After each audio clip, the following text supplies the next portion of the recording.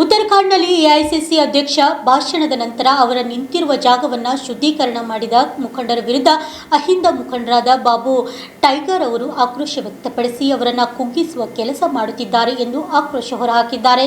ಹುಮನಾಬಾದ್ನಲ್ಲಿ ಸುದ್ದಿಗಾರರೊಂದಿಗೆ ಮಾತನಾಡಿದ ಅವರು, ಉತ್ತರಾಖಂಡದಲ್ಲಿ ಇರುವ ಮನುವಾದಿಗಳು, ಜಾತಿವಾದಿಗಳು ಹಾಗೂ ಸನಾತನವಾದಿಗಳು ಈ ರೀತಿ ಮಾಡಿರುವಂಥದ್ದು ಇದು ಅವಮಾನೀಯ ಘಟನೆಯಾಗಿದ್ದು ಡಾಕ್ಟರ್ ಮಲ್ಲಿಕಾರ್ಜುನ್ ಖರ್ಗೆ ಅವರ ಶಕ್ತಿ ಕುಗ್ಗಿಸುವ ಕೆಲಸ ಮಾಡಲಾಗ್ತಿದೆ ಎಂದು ಆಕ್ರೋಶ ಹೊರಹಾಕಿದರು. Vidyasagar, RJ32 Kannada news, Humnabad. 8ರಂದು ಭಾರತ ದೇಶದ ಎಐಸಿಸಿ ಅಧ್ಯಕ್ಷರು, ರಾಜ್ಯಸಭೆಯ ವಿಪಕ್ಷದ ನಾಯಕರಾಗಿರ್ತಕ್ಕಂಥ ಡಾಕ್ಟರ್ ಮಲ್ಲಿಕಾರ್ಜುನ್ ಖರ್ಗೆ ಅವರು 8 ಆಗಸ್ಟ್ರಂದು ಉತ್ತರಾಖಂಡ ರಾಜ್ಯದ ಹಲ್ದ್ವಾನಿಯ ಒಂದು ಕಾಂಗ್ರೆಸ್ ಪಕ್ಷದ ಸಾರ್ವಜನಿಕ ಸಭೆಯನ್ನು ಉದ್ದೇಶಿಸಿ ಮಾತನಾಡಿ ಹಿಂತಿರುಗಿದ ನಂತರ ಅಲ್ಲಿರ್ತಕ್ಕಂಥ ಬಲಪಂಥಿ ವಿಚಾರಧಾರೆಯ ಮನುವಾದಿಗಳು, ಜಾತಿವಾದಿಗಳು, ಸನಾತನವಾದಿಯ ಚಿಂತನೆ ಇರ್ತಕ್ಕಂಥವರು ಅವರು ಭಾಷಣ ಮಾಡಿ ಹೋಗಿರ್ತಕ್ಕಂಥ ಈ ಸ್ಥಳವನ್ನು ಶುದ್ಧೀಕರಣ ಮಾಡಿರ್ತಕ್ಕಂಥದ್ದು ಇದು ಒಂದು ಅಮಾನವೀಯ ಘಟನೆ. ಈ ಘಟನೆಯನ್ನು ನಾವು ತೀವ್ರವಾಗಿ ಖಂಡಿಸ್ತಾ ಇದ್ದೀವಿ.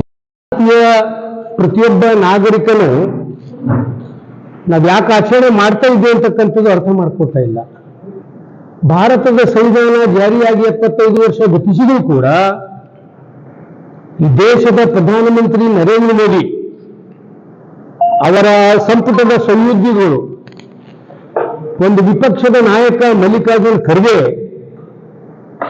ಸರ್ವಜಾತಿ ಜನಾಂಗದ ವಿಚಾರವನ್ನು ಮೈಗೂಡಿಸಿಕೊಂಡವರು ಮತ್ತು ಸಂವಿಧಾನದ ಆಸೆಯಂತೆ ದೇಶಾದ್ಯಂತ ಸಮಾಜ ನಿರ್ಮಾಣ ಆಗಬೇಕು ಅಂತಕ್ಕಂಥ ಒಂದು ಸಂಕಲ್ಪವನ್ನು ಇಟ್ಕೊಂಡು ಕಾಂಗ್ರೆಸ್ ಪಕ್ಷ ಸಂಘಟನೆಯಲ್ಲಿ ಮುಂಚೂಣಿಯಲ್ಲಿರ್ತಕ್ಕಂಥದ್ದು ನಾಯಕ.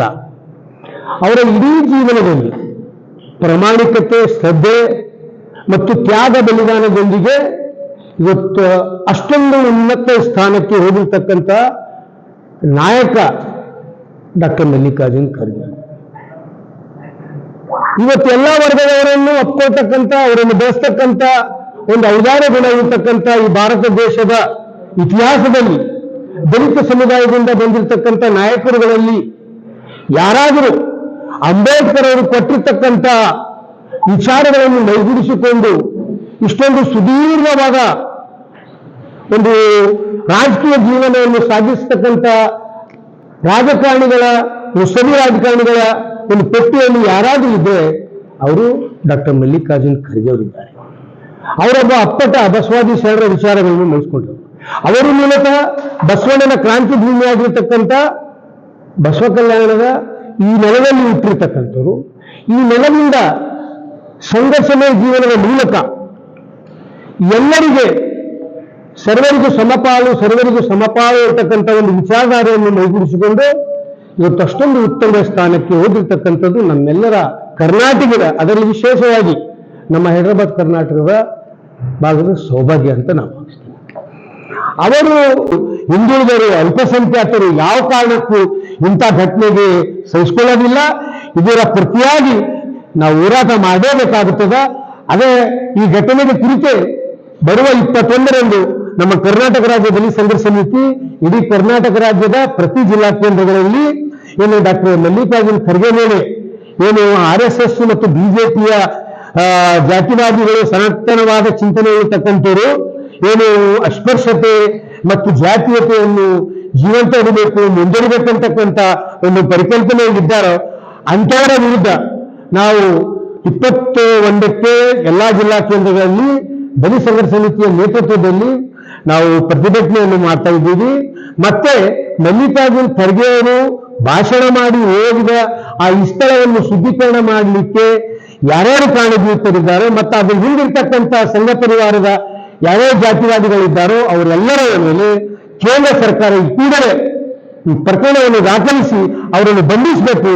ಮತ್ತೆ ಇಂಥ ಘಟನೆಗಳು ಮರುಕಳಿಸದಂತೆ ಕೇಂದ್ರ ಸರ್ಕಾರದ ನರೇಂದ್ರ ಮೋದಿಯವರು ಇದರ ಮೇಲೆ ಪ್ರತ್ಯೇಕವಾಗಿ ಒಂದು ಸೆಲ್ಲನ್ನು ನಿರ್ಮಾಣ ಮಾಡಿ ಇಂಥವರು ಪದೇ ಪದೇ ರಾಷ್ಟ್ರೀಯ ನಾಯಕ ಶೋಷಿತ ಸಮಾಜದಿಂದ ಉತ್ತಮಕ್ಕೆ ಬರೆದಂತಹ ರಾಷ್ಟ್ರ ನಾಯಕರುಗಳಿಗೆ ಈ ತರ ಅವಮಾನ ಅಪಮಾನ ಮಾಡ್ತಕ್ಕಂಥ ಕೆಲಸಕ್ಕೆ ಮತ್ತೊಂದ್ಸಲ